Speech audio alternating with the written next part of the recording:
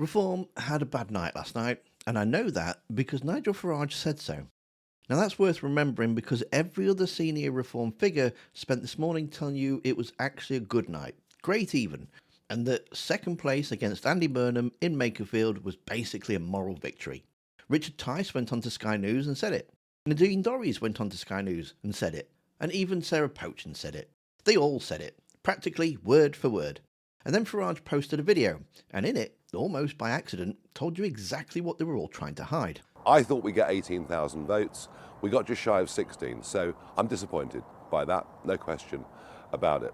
And there it is, Farage disappointed. Farage admitting the numbers fell short of his own expectations, while his deputy was on live TV telling the country Reform UK Limited did brilliantly. We're winning on all the national vote shares, and if it comes to a general election, and if Mr Burnham becomes the Prime Minister, he may well call an earlier election. We'll be ready for that. So let's talk about what actually happened last night, what the numbers say, and why every other senior Reform figure repeated the same 6 talking points on every channel this morning. Because when a party talks points that hard, it usually because the reality requires a lot of managing. The result in Makerfield was Labour at 55%, up 10 points, Reform 35%, up 3, Andy Burnham won with a majority of over 9,000. Reform's vote share did go up 3 points, and Labour's went up by 10.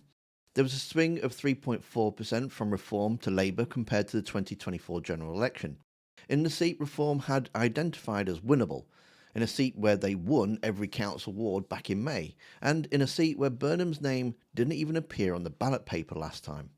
That context matters because the talking point that got deployed this morning over and over again was that Makerfield is a safe Labour seat and it has been Labour for over 100 years, as though that explains everything and nothing more needs to be said.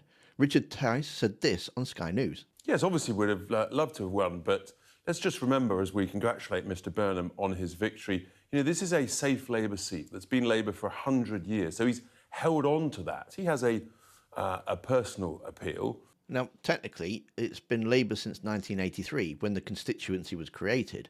The predecessor seat, Ince, was Labour from 1906, so I suppose, yes, you could say it's 100 years, but Reform UK Limited won every council seat in the area 6 weeks ago. They had a candidate who stood there in 2024 and got 32% of the vote, and they threw, by their own account, everything they had at this by-election. They were nowhere to be seen in Makerfield, and we threw everything we had at Makerfield. By-elections are run on a very different platform with a very different set of rules. So the safe seat framing, while technically defensible, is doing a lot of heavy lifting to explain away a 10-point swing to their opponent. The interview on Sky pressed Tice exactly this. She pointed out that Reform UK Limited's vote share went up 2.7% and Labour's went up 9.6%, and the swing was from Reform to Labour. His answer was to repeat, 4 times in slightly different ways, that Reform is leading in the national polls. But a 35% vote share across the nation, as we've seen with Labour, would give you a majority. We're leading in all the national polls across the piece.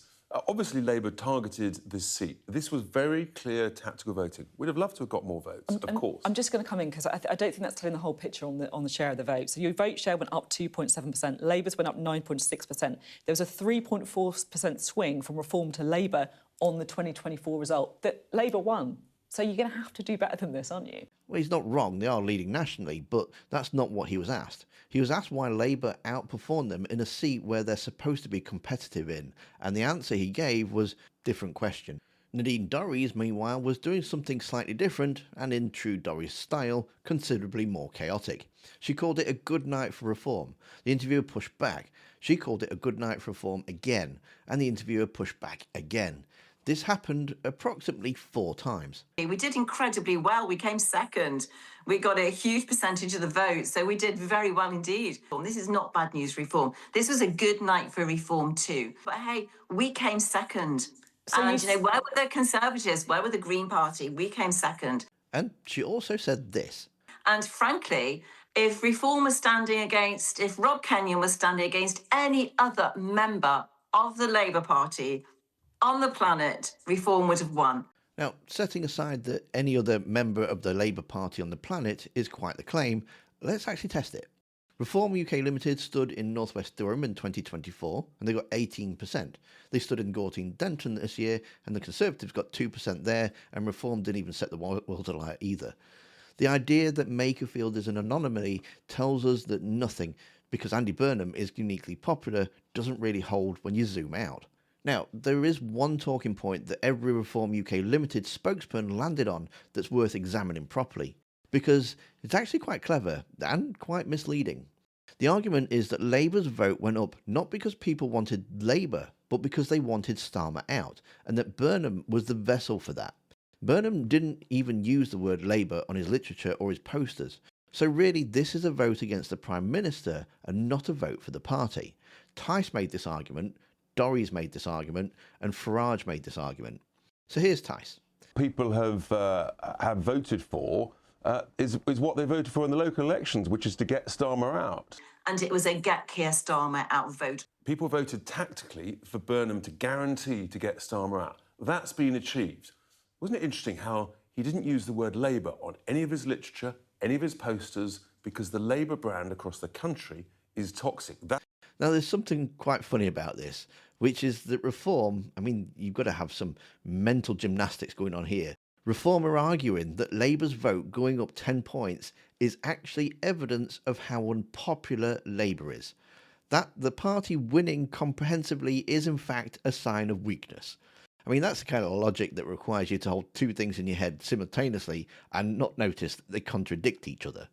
And Farage almost says the quiet part out loud. He describes Reform as being hoist with their own petard, because their campaign at the local elections in May was a vote Reform to get Starmer out, and in the Makerfield, voters did exactly that, just by voting Burnham instead.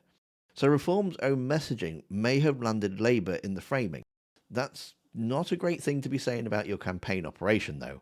What really happened here is it was vote Burnham, get Starmer out, which of course was our campaign message leading up to the locals on the 7th of May. So we were slightly hoist with our own petard. There is one more number worth noting, because it came up and then got quietly dropped. Restore Britain, Rupert Lowe's new party, stood in Makerfield for the first time and got 7% of the vote. 3,000 votes. Reform lost by over 9,000, so Restore didn't cost Reform the seat. The gap is too large for that to be the story. But it is, for a party that was polling in high 30s nationally, an embarrassing margin to lose by in what was supposed to be their kind of seat. Farage, to his credit, acknowledged this directly. He said that he expected 18,000 votes and just got under 16, so he's disappointed. And somewhere in the gap between his video and what his party is saying on every television screen this morning, you can see exactly how much pressure they're now under to pretend otherwise. But I would say this, there's a couple of thousand voters there who would normally have gone out and voted Reform that voted Restore. And I would say directly to them, what do you want? We are the challenger party to the left in this country, and I would urge you to think again. Reform UK Limited are still the most popular party in national polls. That unfortunately is real. But winning national polls and winning seats are different things. Last night, in a by-election that mattered, they came second by 9,000 votes, and the response was to send out every available spokesperson with the same script and hope nobody noticed the numbers. Farage noticed, he just hoped that you wouldn't.